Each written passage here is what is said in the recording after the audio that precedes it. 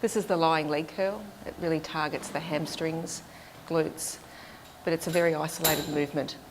When you are using this machine, there's not a lot to move on the machine other than the leg pad. You can adjust the height of it, so if you are shorter, move the pad down.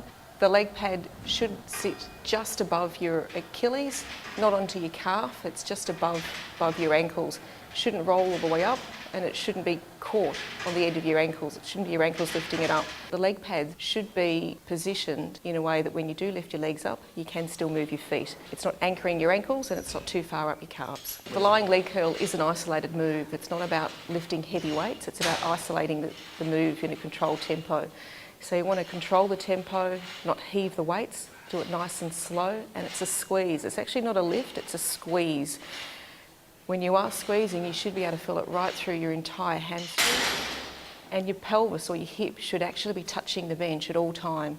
If you have to lift your pelvis off the bench, the weight's probably too heavy, and even the leg pad's in the wrong position. This is an exercise because you are using both legs at the same time. One dominant leg could take over and then be worked more so than the other.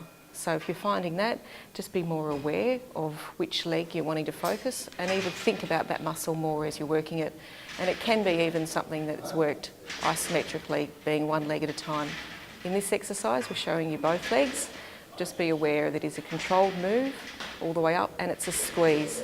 You can pause at the top, pause at the bottom, and even varying the positioning of your feet.